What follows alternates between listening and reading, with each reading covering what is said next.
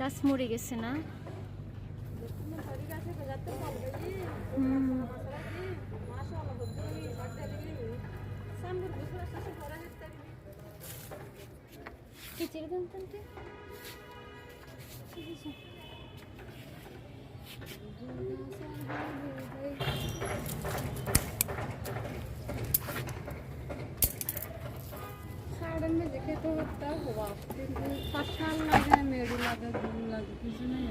শীতের আগে আমি বেশ কয়েকটা মিষ্টি কুমড়া গাছ লাগিয়েছিলাম মিষ্টি কুমড়া শাক খাওয়ার জন্য। তো সেই গাছগুলোর মধ্যে থেকে একটা গাছের মধ্যে ছোট্ট একটা মিষ্টি কুমড়া হয়েছে। আমি কখনো ভাবতেও পারি নাই যে এত ছোট গাছে কিংবা এত ছোট স্পেসে মিষ্টি কুমড়া ধরবে।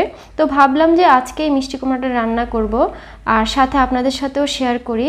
তো মিষ্টি কুমড়াটা এনে আমি বাসায় রেখে ভিডিওর জিনিসপত্রগুলো রেডি করতেছিলাম। তো সেই ফাঁকে কী করেছে আমাদের যে হেল্পিং হ্যান্ড খালা আছে উনি কী করেছে মিষ্টি কুমড়াটা কেটে ফেলছে মিষ্টি কুমড়াটা দেখার জন্য। তো আমার অনেক রাগ হয়েছে যে আমি যেহেতু বলেছিলাম ভিডিও করব আপনি মিষ্টি কুমড়াটা কেটেছেন কেন। তো যাই হোক কেটে যখন ফেলছে আমি কাটাটাই দিয়ে শুরু করলাম। তো আমি কী করছি এবার মিষ্টি কুমড়ার খোসাগুলোকে একটা পিলার দিয়ে ছাড়িয়ে নিচ্ছি। তো আমি হাতে একটা গ্লাভস পরে নিয়েছি কারণ মিষ্টি কুমড়ার কষগুলো হাতে লাগলে হাতের চামড়াগুলো কেমন জানি বটে বটে যায়।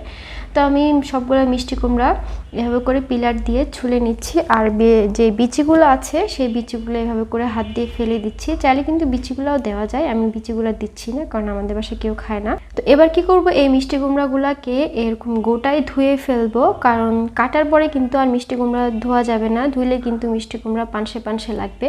তাই আমি কাটার আগে মিষ্টি কুমড়াগুলোকে খুব ভালোভাবে ধুয়ে পরিষ্কার করে তারপরে আমার পছন্দ মতো টুকরো করে নিচ্ছি। আমি মিষ্টি কুমড়াগুলোকে একটু কিউব করে কেটে নিচ্ছি, একটু বড় বড় করে কেটে নিচ্ছি কারণ এভাবে করে কাটলে কি হয় মিষ্টি কুমড়াগুলো যখন রান্না করব তখন মিষ্টি কুমড়া সিদ্ধ হয়ে যাবে কিন্তু টুকরাগুলো ভাঙবে না।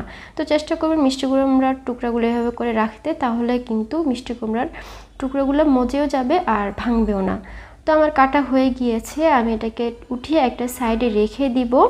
আর কাটার পরে কিন্তু কোনোভাবে মিষ্টি কুমড়াটাকে ধোয়া যাবে না। তো আজকে আমি চিংড়ি মাছ দিয়ে মিষ্টি কুমড়াটা রান্না করব, তাই চিংড়ি মাছটাকে খুব ভালোভাবে ধুয়ে খোসাটা ছাড়িয়ে নিয়েছি আমি।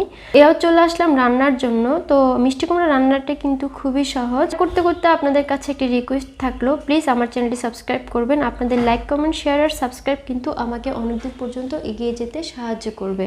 সো প্লিজ আমার চ্যানেলটি অবশ্যই সাবস্ক্রাইব করবেন। তো এখানে আমি কি করেছি পাতিলের মধ্যে তেলটা দিয়ে কিছু পেঁয়াজ কুচি দিয়ে দিয়েছি। তো পেঁয়াজটাকে আমি এবার খুব সুন্দরভাবে ভেজে নিব। তো ভাজার মাঝে আমি কি করছি পরিমাণ মতো লবণ দিয়ে দিচ্ছি কারণ পেঁয়াজ ভাজার সময় যদি লবণটা দিয়ে দেওয়া হয় তাহলে পেঁয়াজটা কিন্তু খুব সহজে সিদ্ধ হয়ে যায় আর ভাজিটাও কিন্তু খুব তাড়াতাড়ি হয়ে যায়। তো পেঁয়াজটা ভাজার পর আমি এর মধ্যে একদম অল্প পরিমাণে একটু রসুন বাটা দিয়ে দিচ্ছি। রসুন বাটাটা না দিলেও চলে, আমি একটু ফ্লেভারের জন্য দিচ্ছি আর কি। তো রসুনটাকেও একদম ভাজা ভাজা করে আমি ভেজে নিব, একদম লাল করে ভেজে নিয়েছি। এরপর এর মধ্যে আমি একদম অল্প পরিমাণে একটু হলুদের গুঁড়া দিয়ে একটু তেলের সাথে মিশিয়ে নিচ্ছি। হলুদের গুঁড়াটা দেওয়ার পর আমি এর মধ্যে ধুয়ে রাখা চিংড়ি মাছটা দিয়ে দিব। চিংড়ি মাছটা হলুদের সাথে খুব ভালোভাবে মিশিয়ে নিব। যেহেতু আমি শুকনো মরিচের গুঁড়া দিইনি তাই এর মধ্যে বেশ কয়েকটা কাঁচামরিচ আমি ফালি করে দিয়ে দিয়েছি। এবারে চিংড়ি মাছটাকে কাঁচা ভাবটা যাওয়া পর্যন্ত চুলার জালটা কমিয়ে দিয়ে ভাজতে হবে। একটু সময় নিয়ে ভেজে নিলে চিংড়ি মাছের গন্ধটা থাকে না। তো আমি বেশ অনেকক্ষণ ধরে এটাকে নেড়ে চেড়ে ভেজে নিচ্ছি। তো চিংড়ি মাছটা খুব ভালোভাবে ভেজে নেওয়ার পর এখানে আমি প্রায় 2 কাপের মতো পানি দিয়ে দিচ্ছি। আমি কিন্তু পরবর্তীতে আর কোনো রকম পানি অ্যাড করব না, যা পানি লাগবে আমি একসাথেই দিয়ে দিচ্ছি।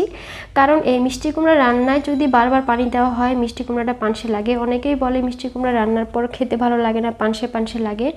আর মিষ্টি কুমড়া দেওয়ার পরে যদি কোনো রকম পানি দেন তাহলে কিন্তু মিষ্টি কুমড়া খেতে পানসে লাগবে। তাই যতটুকু পানি আপনাদের দেওয়ার প্রয়োজন হবে তখন মিষ্টি কুমড়া দেওয়ার আগেই পানিটা দিয়ে ফুটিয়ে নিতে হবে। তারপর পানিটা খুব ভালোভাবে ফুটিয়ে নেওয়ার পর আমি এর মধ্যে মিষ্টি কুমড়াটা দিয়ে দিয়েছি। এবারে মিষ্টি কুমড়াটা চুলার জাল বাড়িয়ে দিয়ে রান্না করার পালা।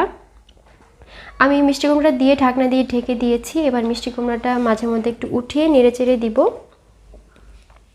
তো আমার মিষ্টি কুমড়াটা কিন্তু বলক চলে এসেছে, আমি একটু লবণ চেক করে দেখেছি, লবণটা ঠিক আছে। আর এবার সিদ্ধ হওয়া পর্যন্ত অপেক্ষা করতে হবে। তো এদিকে কিন্তু আমার মিষ্টি কুমড়াটা হয়ে গেছে। আমি কিন্তু এক্সট্রা কোনো পানি দিই নাই, প্রথমে যেটুকু পানি দিয়েছি ওইটুকু পানি দিয়েই দেখুন মিষ্টি কুমড়াটা একদম খুব ভালোভাবে সিদ্ধ হয়ে গিয়েছে।